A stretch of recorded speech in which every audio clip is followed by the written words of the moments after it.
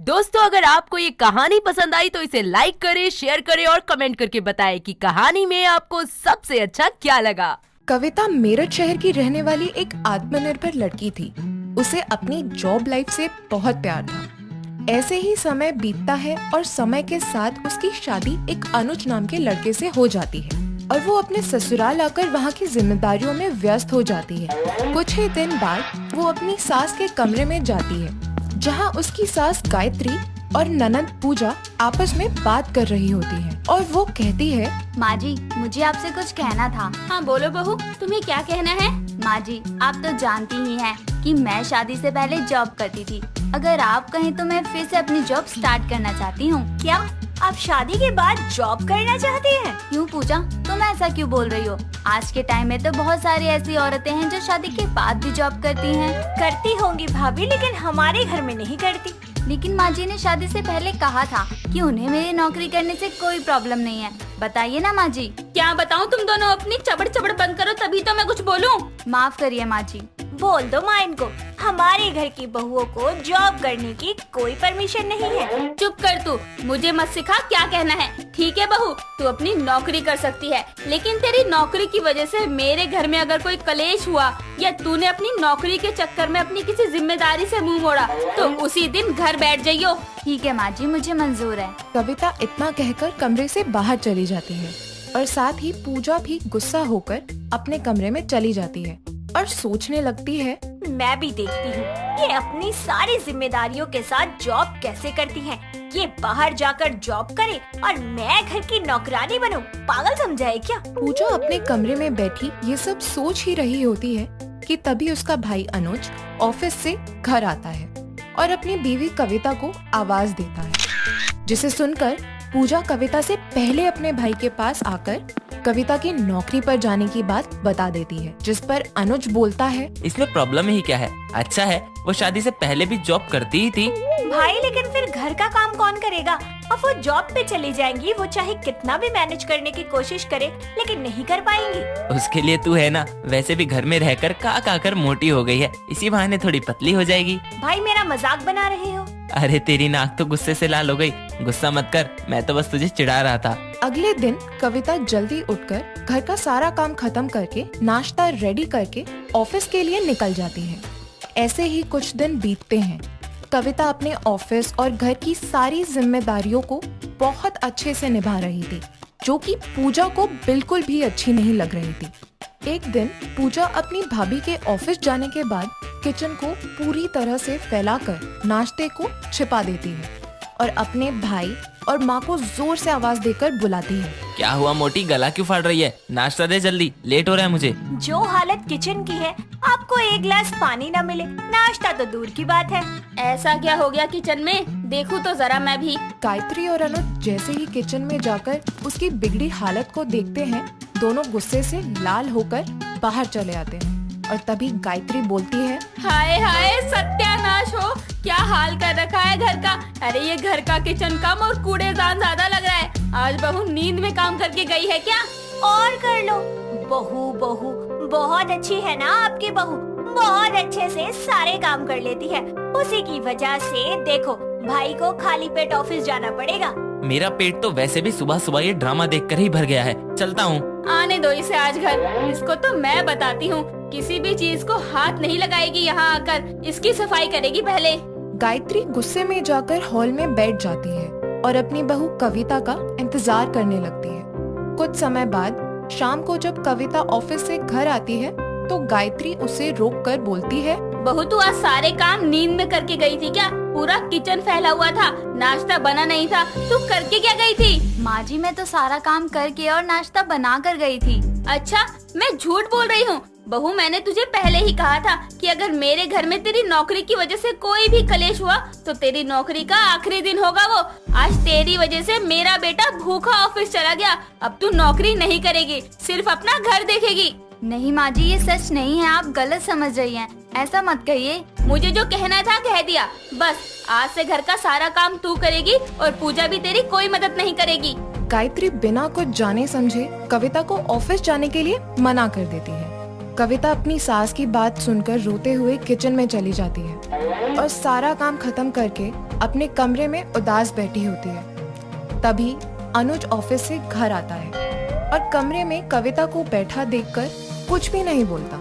थोड़ी देर इंतजार करने के बाद कविता कहती है, आप भी नाराज है क्या मुझसे? सॉरी, बट मैं सच कह रही हूँ, मैं अपने सारे काम खत्म करके ही ऑफिस गई थी। वो तो देखा मैंने सुबह कि तुम कितना काम करके गई थी। प्लीज आप माँ जी को समझाइए ना, वो मुझे जॉब करने से रोक रही हैं। ठीक ही किया है, तुमसे दोनों नहीं होगा। पहले मेरी फैमिली है, फिर कुछ, और आज तुम्हारी वजह से सुबह इतना ड्रामा हो गया। मुझे ये रोज नहीं चाहिए। माँ जो कह रही है वही करो। कोई भी कविता की बात का विश्वास नहीं करता है और उसे अपनी जॉब छोड़नी पड़ती है और सजा के अनुसार घर के छोटे से बड़े सारे काम उसे बिना किसी मदद के करने पड़ते हैं।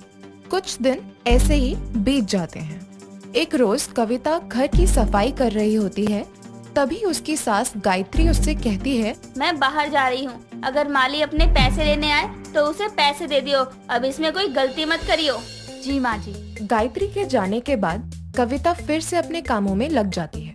कुछ समय बाद माली अपने पैसे लेने आता है। उससे बात करके कविता अपनी सास के कमरे में पैसे लेने जाती है और जल्दी में अलमारी बंद करना भूल जाती है, जिसका फायदा उठाकर पूजा अपनी माँ के अलमारी में से कुछ पैसे और निकाल लेती है। और तभी उसकी सास गायत्री वहाँ आ जाती है और अपनी बेटी पूजा को अलमारी के पास देखकर बोलती है, तू मेरी अलमारी के पास क्या कर रही है और ये अलमारी खुली क्यों है? किसी ने पैसे लिए हैं क्या? हाँ माँ, वो भाभी ने पैसे लिए हैं। माली आया था अपने पैसे लेने। पूजा के कहने पर गायत्री अपने रखे पैसों को गिनती है और अपनी बहू कविता को बुलाकर उससे पूछती है, कितने पैसे दिए हैं माली को तुमने और ये अलमारी खुली क्यों थी? कभी तो कोई काम पूरी जिम्मेदारी से कर लिया कर। माँ जी, मैंने उसे 2000 रुपए दिए थे और माफ कीजिए माँ जी, मैं अलमारी बंद करना भूल गई थी।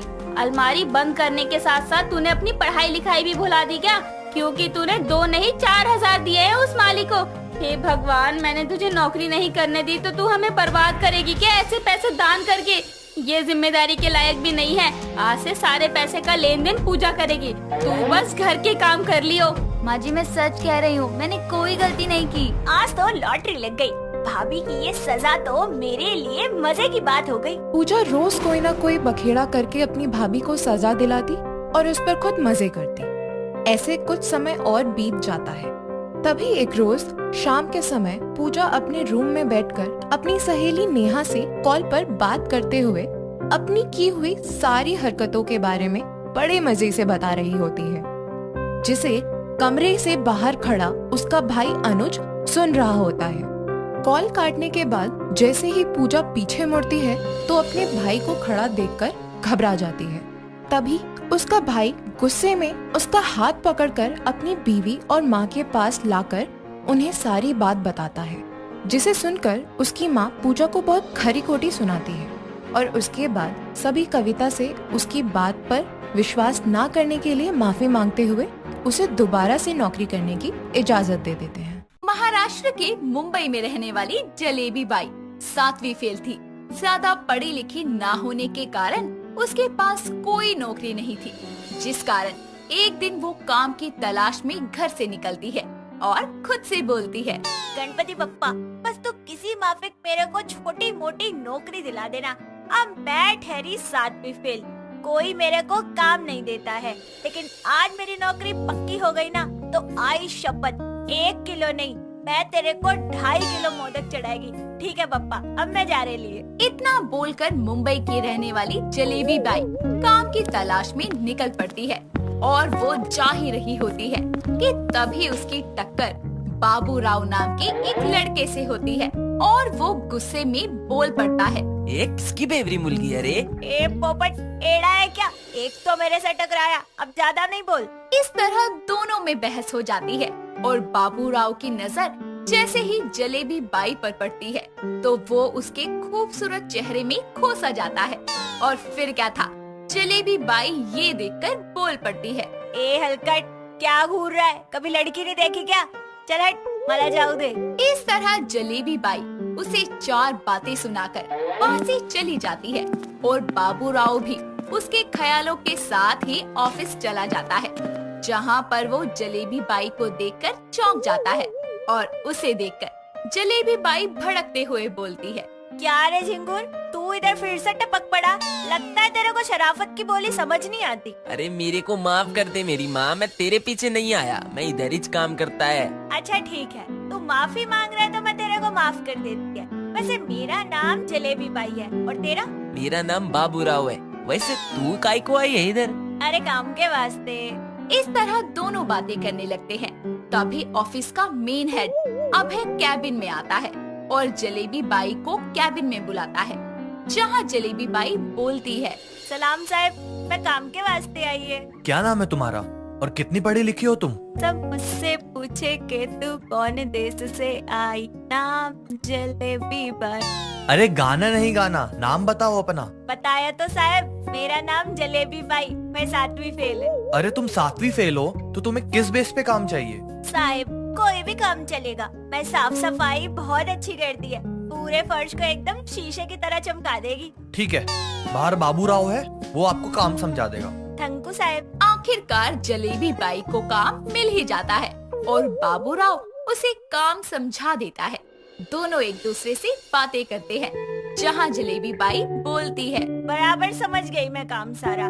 वैसे तू इधर क्या करता है? चाय पानी पिलाने का काम करता हूँ। अब मैं भी तेरी तरह ज्यादा ही पढ़ा लिखा नहीं हूँ, तभी तो किस्मत ने इसी ऑफिस में लाकर पटक डाला।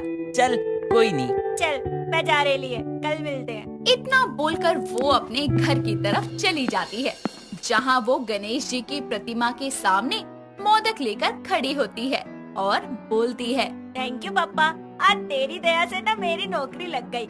अब तो मैं कमाएगी और जो 4 पैसे बचेगी उसे मैं जोड़ेगी। अब मुझ पर ही मेरी जिम्मेदारी है, मेरे आगे पीछे तो कोई है नहीं, शादी का खर्चा भी तो देखना है। अगले दिन वो ऑफिस पहुंचकर काम में लग जाती है और जब वो वाइपर से झुककर पोछा लगा रही होती है, तभी उसका दुपट्टा नीचे गिरने ही वाला होता है कि तभी वहाँ बाबू राव आता है और उसे बोलता है, अरे एड़ी कैसे काम कर रही है तू? इतना झुक के काम करने की जरूरत न को। क्या रे, झुक के पोछा नहीं लगाएगी तो कल लेट के लगाएगी? तेरी को बनाते वक्त पप्पा तुझमें भेजा डालना भूल गया था। ऐसी ही सीधी खड़ी होकर पोछा मार। अगर साहब कुछ बोले तो बोल दियो कि तेरी कमर में दर्द है। अब बस मगजमारी नक्को कर। बाबू राव के मन में अपने लिए चिंताजनक प्यार देखकर जलेबी बाई समझ जाती है कि उसे उसकी कितनी फिक्र है, जिसके बाद वो फिर से अपने कामों में लग जाती है। ऐसे ही समय बीतता है और दोनों एक दूसरे से खूब बातें करते और ऑफिस के अलावा अब बाबू राव उसे बाहर भी मिलने लगा। एक दिन दोनों पार्क में बैठे होते हैं, जहाँ बाबू राव उसे बोलता है, मैं तेरे से कुछ बोलूं? मैं जानती है, लेकिन फिर भी तेरे मुंह से सुनना चाहती हूँ। मैं तुझे आवर प्रेम करतो। मैं भी वो अंग्रेजी में क्या बोलते हैं? I love you too. इस तरह दोनों एक दूसरे से अपने प्यार का इजहार करते हैं और बाबू राव अपनी शादी के भी सपने देखते हुए उसे बोलता है, चलना हम जल्दी से शादी कर लेते हैं। इतनी जल्दी नको रे बाबा, पहले हम दोनों मिलकर कुछ पैसे जोड़ेंगे फिर करेंगे। और कहीं तब तक तेरे को कोई और झिंगुर उड़ा ले गया तो? अरे नहीं रे, तू अपनी खोपड़ी को फालतू में टेंशन मत दे, मैं तेरे साथ ही ओम मंगलम करेगी। तू मेरा नवरा बनेगा ना? चल घर चलते। इस तरह दोनों बातें करके अपने अपने घर चले जाते हैं और ऐसे ही वक्त बीतता है और अगले दिन जलेबी बाई फिर से अपने काम करने आती है और जब वो अपने काम कर रही होती है, तभी वहाँ नीतीश आता है और बोलता है, और जलेबी भाई क्या बात है, आज तुम्हारा चेहरा खुशी से लाल गुलाबी सा हो रहा है, बड़ी खुश लग रही हो। हाँ साहब, आज मैं बहुत खुश है, लेकिन आपको कैसे पता? खुशी तुम्हारे चेहरे पर दिख रही है, अपनी इस खुशी का कारण मुझे भी बता दो। जलेबी भाई, तुम्हें पता है जब भी मैं तुम्हारा नाम लेता हूँ ना तो मुझे भूख लग जाती है। अरे साहब, लेकिन मेरे काम से भूख लगने का क्या वास्ता? तुम इतनी खूबसूरत जो हो, इसीलिए ना चाहते हुए भी मेरी नजरें तुम पे टिक ही जाती हैं। क्या करूं, एक तो ये तुम्हारा नाम, कितनी मिठास है तुम्हारे नाम में। नीतीश जलेबी बाई के बारे में सोच ही रहा होता है कि तभी जलेबी बाई उसे झकझोरते हुए बोलती है, साहब, ओ साहब, किस दुनिया में खो गए नीतीश साहब? जलेबी बाई उसे झकझोरते हुए बोल ही रही होती है कि तभी नीतीश का पैर स्लिप हो जाता है और गलती से वो दोनों फर्श पर गिर जाते हैं। तभी वहाँ अचानक बाबू राव आता है और उन दोनों को ऐसे देखकर वो अपने मन में बोल पड़ता है। ये क्या है? मेरी होने वाली नौकरी इसके ऊपर क्या कर रही है?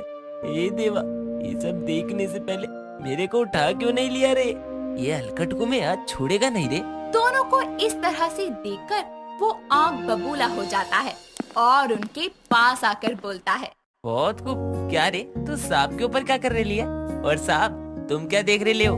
उसके नीचे बिछोने के माफिक आराम से लेटे हुए हो, उठने का इरादा नक्को है क्या? तुम्हारा फेविकोल के माफिक चिपक ही हो गया है क्या? बाबूराव गुस्से की कंडीशन में दोनों को लगातार बहुत सारी बातें सुनाता है, जिसके बाद जलेबी बाई फटाफट से जमीन से उठकर खड़ी हो जाती है और फिर बाबूराव को शांत कराते हुए वहाँ से बाहर ले जाती है।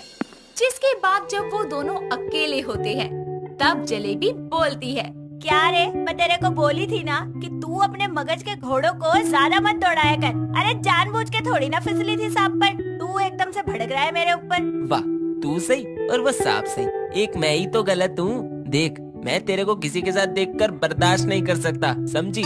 इसी वास्ते अब बस मेरे को तेरे साथ शादी करने का है। बाबूराव को जलेबी बाई के किसी के भी करीब आना बिल्कुल पसंद नहीं था, इसीलिए अब वो उसे शादी करने की कहता है और बच्चों की तरह वो जिद पर अड़ जाता है और उसे इस तरह देखकर जलेबी बाई हंसने लगती है और बोलती है। तू तो एकदम बालक के माफिक जिद करेला है। चल ठीक है, मैं करेगी तेरे से शादी। अब अपना बीपी हाई मत कर। चल फिर। अब कहाँ जाने का है?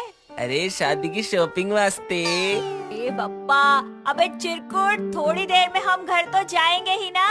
अरे कल भी पंडित जिंदा रहेगा, दुकानें भी खुली रहेंगी। इसी हफ्ते मैं तेरे से शादी करेगी, बप्पा की शपथ, यकीन कर मेरा।